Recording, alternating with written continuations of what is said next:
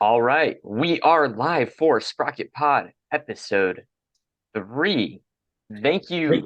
very much to my co-host Mark Lerner for being here and for our guest Rob Jones for joining us today. Rob, how are you Welcome. doing today? As you can tell by my background, I have, I think, food poisoning or something wrong. It's great to be here. Glad to be able to talk and function and be in this room and not about 30 feet that way in another room, less fun room. So great to be Well, here. good news is that if anyone can get creative with having food poisoning, it's going to be you. Yeah, And yes. Thank you for that. we'll I throw you don't know some if that's a softballs. compliment or not, but I'm going to choose to take it as a compliment. So thank you. I think it's a compliment. I've had food poisoning before, and I all the power to you. I couldn't even move, so that's let alone podcast. So you're my hero. The show must go on. I think that's in Hollywood or Broadway, one of the two, but the show must go on. I committed to this, so I'm here. Let's do it. There's Let's something to be go. said for commitment, There we for go. sure. And Rob, I want to let you open up just a very quick introduction because I don't know about you and the persona that you've built around the mayor and how you feel about it. I'd love to hear about that. But I think a lot of people do know you as the mayor of Inbound. So I want you to give us a quick introduction into Rob Jones, the person, the mayor of Inbound, the character, and how the two came and collided.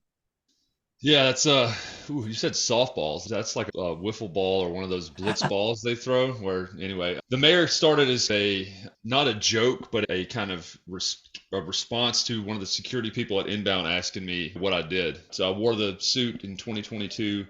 Somebody checking in as soon as you get your badge and you scan in and check it at the BCEC was like, "Who are you supposed to be?" I was like, "Oh, I'm the mayor of this whole conference. I'm the mayor of Inbound." That is who I am just in life. I like to think that I'm clever and witty and have a sense of humor. So that character was born from that. All of the other stuff is now trying to figure out the depth of that persona. Like, there's a great question in relation to other stuff that I want to do. We got one person on this call wearing an orange suit. Don't know what inspired you to do that, but here I am. Even right now with the horrible mustache, there's another bit and another character that I'm trying to create. He may or may not be dating Taylor Swift, and he may or may not play for the Kansas City Chiefs. This is about as close as I can get to looking like a professional football player or athlete. It was a low lift, hopefully high impact. But I think that I'm going to give a shout out to Chris Bogue, the mayor, and other characters and other bits and some of the content that I do. Chris Bogue, who was a consultant, a creative consultant with us for a minute, he had mentioned if you want to be able to say things and have opinions that are maybe a little bit more polarizing, then you can just create a character. And then whatever that person says, it's not technically you, it's this persona or character or whatever. I'm wearing the HubSpot shirt now, doing all that, but I probably in my normal dealings wouldn't say Salesforce sucks or blah, blah, blah. But the mayor can say that. The mayor he has the authority to do that.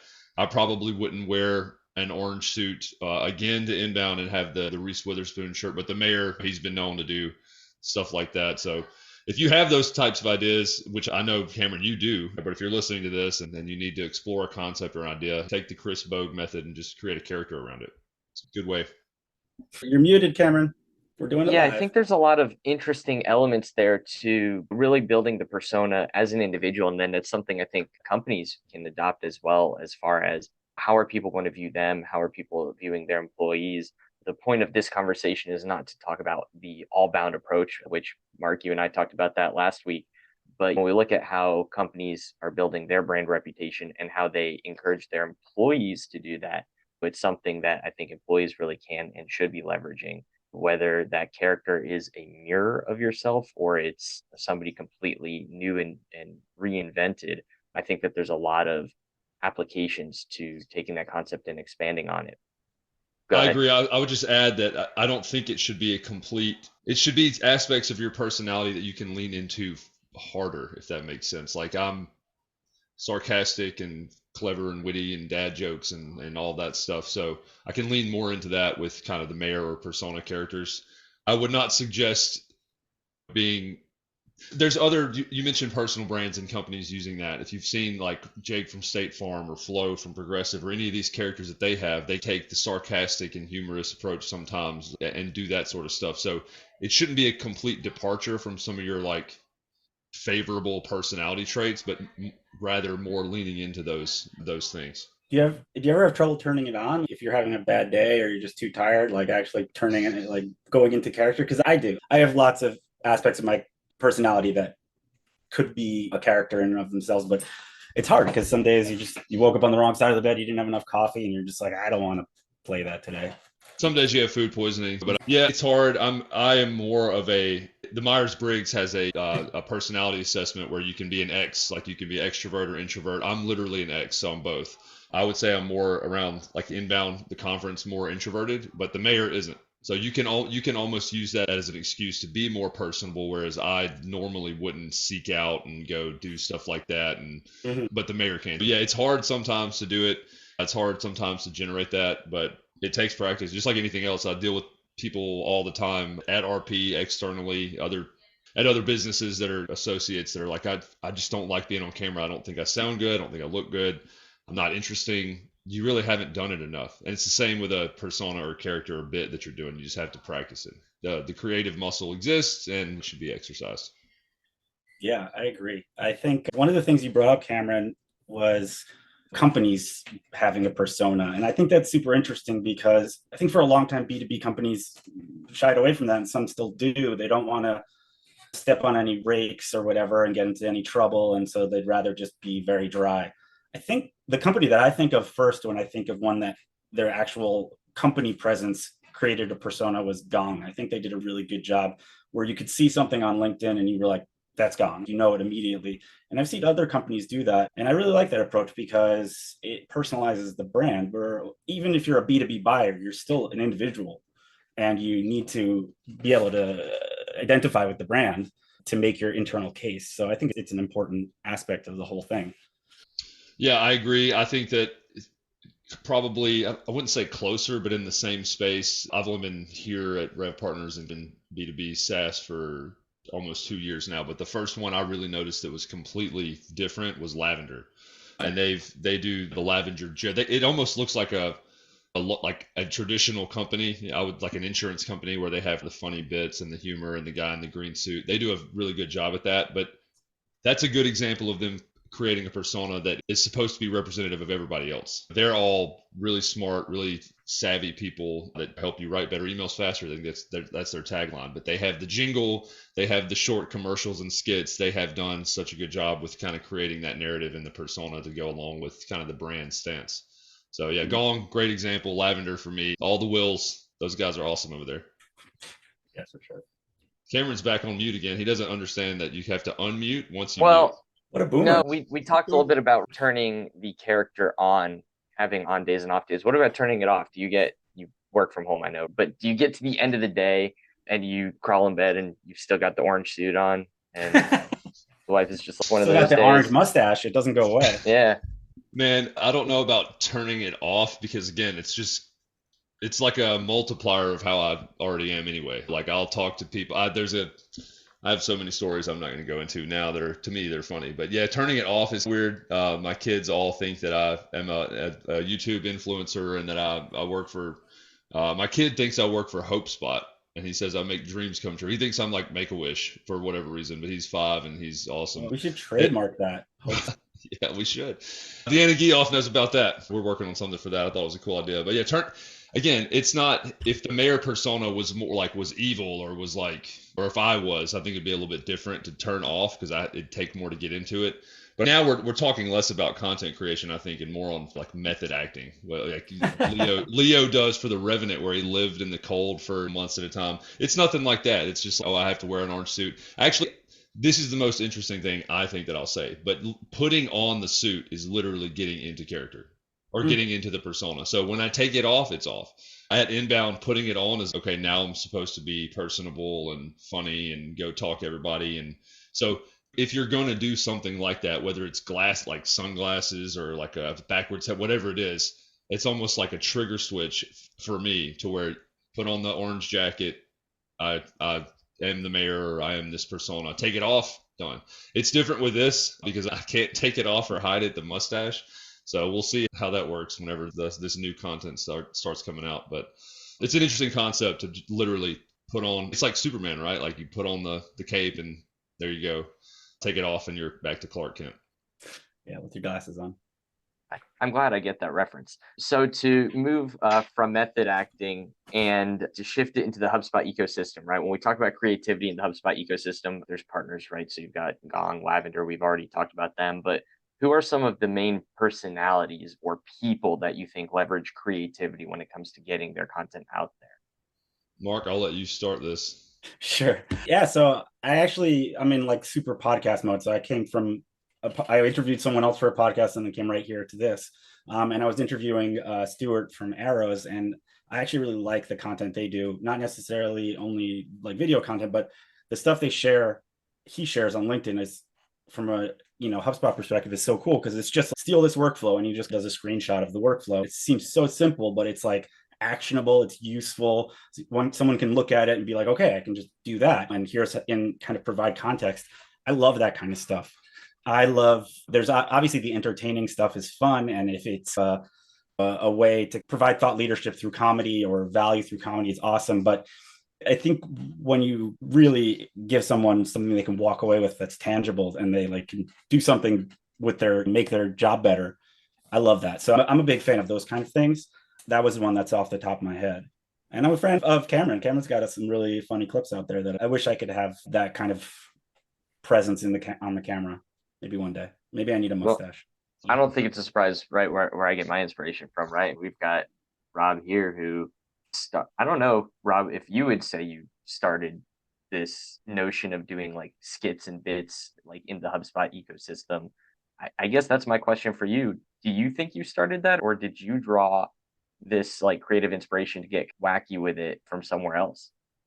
Yeah, Max Cohen is the reason I'm doing this. So coming over, I was actually an intern at Rev Partners first, and one of the things was figure LinkedIn out in not so many words. So he was one of the first people I saw that was a brilliant person, a solutions engineer, but he did the workflows and like he could talk you through how to set up different aspects of HubSpot, how to build workflows, how to do all of that. That's what he does or did at the time for them. But he did it in a way that looked very different than other 95% of the other stuff that I was seeing on LinkedIn or on social, with kind of the TikTok, like the quick videos and the humor. So yeah, 100%, he's my boy. It came from him. But then again, started getting into that. This exists everywhere else. This type of stuff exists all over social media. It's just not in this particular place. I wouldn't even say HubSpot ecosystem. I would just say in B2B. It's becoming more prevalent now. But no, I will not take credit for that. There's tons of way better, way smarter, way more creative people out there. I just try to copy from them. I think it's really funny that you said steal this workflow. I've been stealing people's like creative workflows for a year and a half and trying as best I can to give them credit for it. But yeah, Max definitely, he's a happily now shout out, but he was the first person that I saw that kind of led me to think at least one other person thinks it's okay to be funny on a professional social media platform. I don't know if it's been observed before, but it always seems to me that not even just marketing or ads or whatever, but I think business wise, B2B always is like a few years behind B2C. Even like the whole product led growth model was created by apps, consumer apps, and then it was incorporated. And social media obviously was a B2C thing, and then it became B2B. And the TikTok generation, it was all B2C, but we're seeing that start to filter into B2B.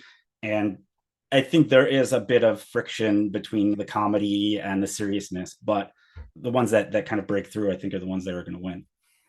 Yeah, breaking through, I would say yes, but there's almost an accountability and experimentation element of doing things and trying things publicly a lot and doing it, I say a lot, consistently. One of the coolest parts about all of this is that there's really no failing unless I would say, do something that's not good judgment, or say, I've heard it called cancel culture. Like you can't, I would just say, be smart about what you put out there. Yeah. So you called him a boomer earlier, but now I hear him talking about cancel culture. But being able to do a bunch of stuff that doesn't work, so you can find out like that wasn't very smart, or that wasn't good, or I could do this better, and evaluate. I mean, I've literally, shout out Chris Bogue again, watched game tape. So watch my videos back pretty critically and said, this wasn't good. This is pretty bad. The lighting here was off. This vocal part was off. This was a train wreck. and gotten better from that. I've made 160 videos now, and I'd say that over 50% of them were not very good. But now that I know that and how to get better from them, I get hits and I get people mentioning stuff more often now just because I've done so much. So anybody listening to this that wants to get on camera or try something, the benefit really almost this is if it doesn't work, not and people don't see it, it's not that big of a deal. You know what I mean? It's not every single person on LinkedIn is going to see this live. So if it doesn't work, doesn't really matter that much. If it continues to be good and you continue to do it, and we do this LinkedIn live SprocketPod every Friday, eventually people are going to just realize, man, I've seen this a couple times pop up on my feed. Let me check it out.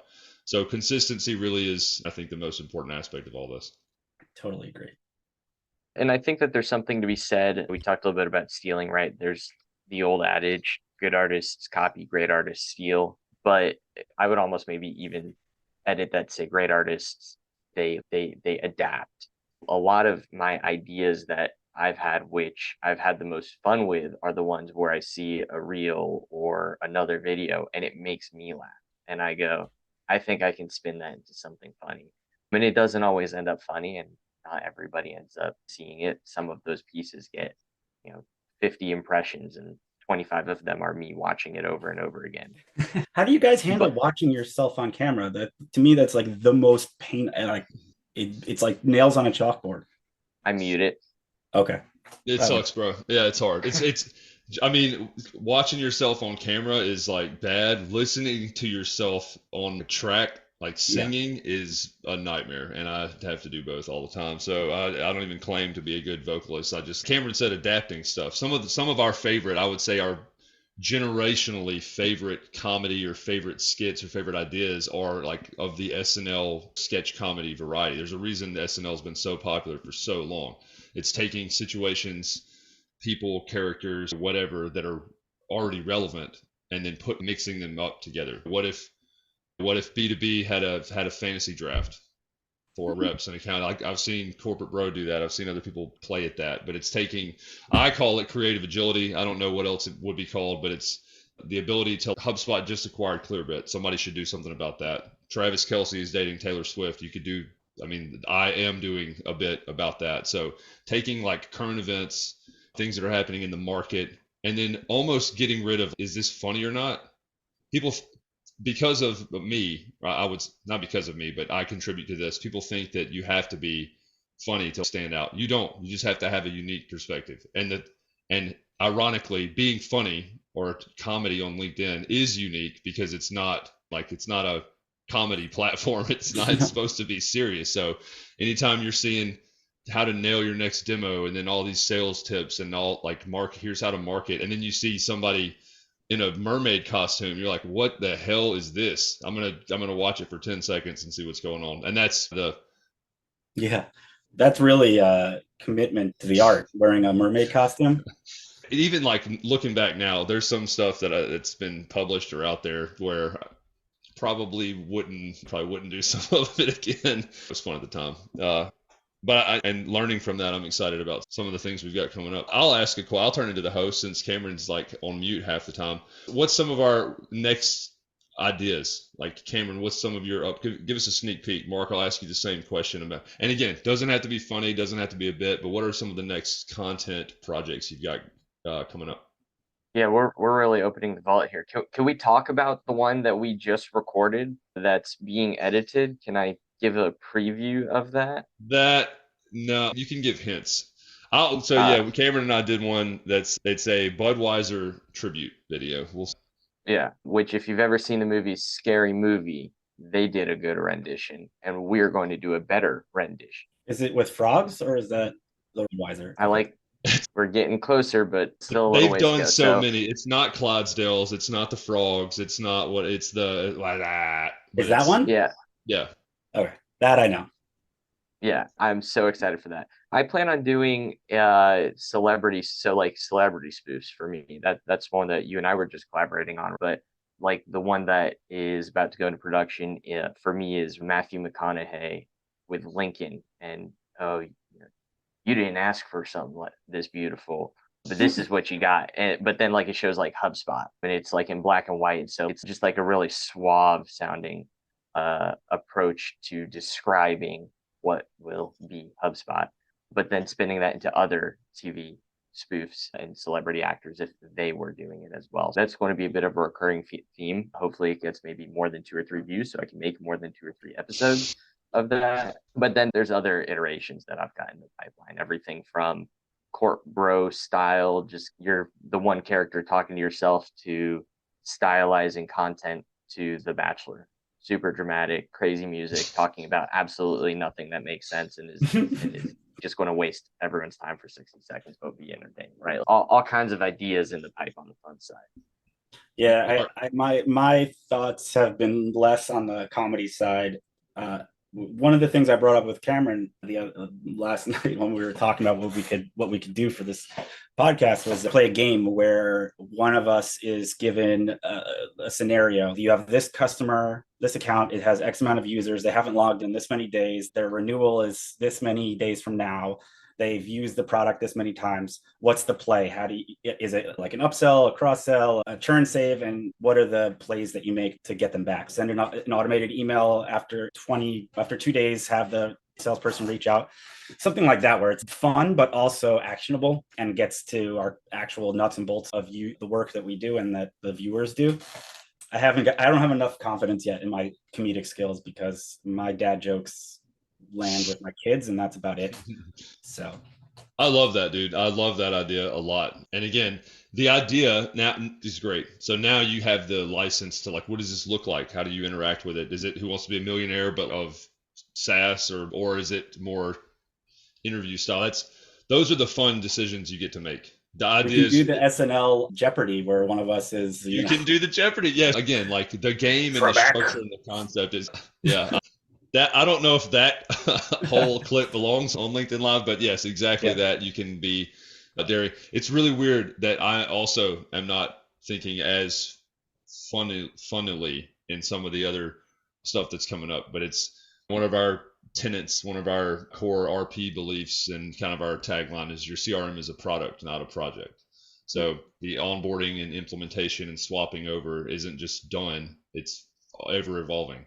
And so the series that I recently started working into is if your marriage was a project, not a product, and then what that would look like. So the theme there is to make a metaphor where people can start to understand our tagline better and what that actually means and what it looked like in real life. It's still funny, but it's not as, there are a lot fewer wigs and costumes involved in this one, which is, thank goodness. Yeah, I could use a couple wigs, I think. So to anybody that's watching that wants to participate in What's the Play or whatever iteration that ends up being possibly next week, possibly beyond that, feel free to let us know and we'll see about getting you on the next live. Yeah. With that covered, Rob, I know we have a few moments left, and I don't know if I can say that the Clearbit acquisition is creative, although I think it is extremely important, right? And I think it was a great move. I would love to hear if you have any thoughts. And maybe it is creative. Maybe I'm not giving it enough credit in that department. Creative as from HubSpot, whether it's creative or not, it was a good move. It's showing intent that HubSpot is going up market because now you have the ability for data enrichment right inside of HubSpot already. I think that's what's going to happen. That's what Clearbit does. And HubSpot is trying to, they typically build, right? So they build new hubs or spokes to the hub that serve as like marketing hubs, like all of that stuff. Now that you're going to have the ability to prospect and run full motions within HubSpot is that's what I am thinking is going to happen with that, which makes it, again, super easy to not have to jump around for operating or making use of different systems to just have data come into one spot. Would love to hear what Mark, Cameron, what you guys think about it. I think it was a super shrewd idea. I'm in a whole bunch of communities for RevOps people, for HubSpot people. The two things that end up being asked about the most are data, like which data enrichment platform should I use? Have you heard about this? And what's the best way to prospect? What are some strategies? By far, those seem to be I think it was extremely shrewd of them to be, if this truly becomes part of the product, HubSpot was always like, they invented inbound marketing. Inbound marketing was like, you'd write an ebook and someone gives you their information and you use that information to then nurture them or whatever. And that whole world's been turned upside down. And now with Clearbit built in, you don't even really need a form fill. You can get an indicator of someone at a company and then have your sales team reach out to the entire on an account level and have that all automated within HubSpot. It's really smart. I don't know how they integrate it if they Clearbit as a product dies and it just becomes part of HubSpot the way they did with their acquisition of the iPaaS solution that ends up being Ops Hub. But I think it was a very smart idea and I was pretty surprised by it. And Clearbit's not a small startup. So yeah. Yeah, again, I'm probably not as connected and aware as you, but there were no indicators. It wasn't like, it wasn't like the NFL trade deadline where it's like, oh, this guy's on the move or this person's going to be acquired. It was like, came out of left field. But yes, it packages up everything and it solidifies their position more, which is to go up market. I know at Inbound this past year, they talked about $76 TAM, like that they're trying to get to. This significantly helps that initiative. So Cameron, what do you think? My career started in sales. That's what I did for almost a decade before I touched RevOps. And so for me, this is so exciting because I've done inbound sales, outbound sales, mostly outbound sales. And I've done a lot of account-based marketing driven sales at that. And so having to go between different websites and platforms and doing task switching and having to get data into HubSpot. Again, we have yet to see exactly what it's going to look like when it's fully integrated and how exactly this will play out. But having a reliable source of truth for data enrichment now, if you will, that folds into the rest of the process, I think that this is to sales what the dark funnel is to marketing in a way. Mm-hmm. So whereas when it comes to marketing, you have this concept of all the leads and contacts and people that you can't necessarily track. There's the elements before the sales process officially begins, which is your research and data enrichment process. And how was that being tracked previously? How were reps doing it previously? So you would go into Zoom Info, do your prospecting, build your list, bring it into HubSpot, and off you go. If we have a way that integrates that more seamlessly in HubSpot, and if we have data around what that looks like, I think that's a huge win. Yeah, totally. So smart. It's great to be on calls like these with people that are obviously up here. Both of you guys are.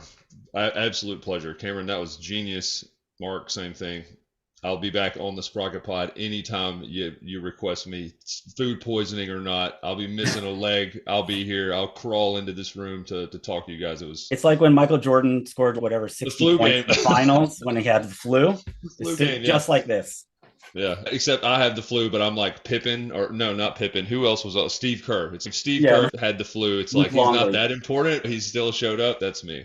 Before I let you go, because I want to let you get back to your sickness and tending to your body and listening to your needs, give one tip to everybody that's listening, one takeaway that they can take and go off and use to be more creative. Find out what the box that you're in is and think out of it. A lot of, as you go up market, a lot of, not even up market, but as companies get bigger and the chain of command gets longer, you have to have more approvals and you have to have more things, but also the processes and the red tape and the box gets more defined. Figure out what that is and think outside of it. And again, in this context for LinkedIn, primarily where I post, the box is, it's mostly really smart, professional, expert people being very serious and giving guides and like, here, comment, subscribe. For the first year and a half, I didn't put a CTA in anything that I did. And I still have closed large deals from being top of mind. You don't have to have a top mind to be top of mind. I'm an idiot a lot of times in content, and people will reach out after they've seen a video because they remember who I work for and what we do. So there you go. Figure out what kind of box you're in and think outside of it. Love it. Always remember what you told them. They'll remember how you made them feel. That's also true. Another good old saying from the sales days. Mark, always a pleasure to be doing the SprocketPod with you. Robert, thank you very much for joining us. For anyone that's watching on the tail end here, we are open to suggestions. If anyone's interested in joining for a future live SprocketPod, let us know. And we'll see you next week. Bat time, same bat channel. Same time, same place, LinkedIn, 10:30 Central. Bye, everyone. See you guys. Thank you.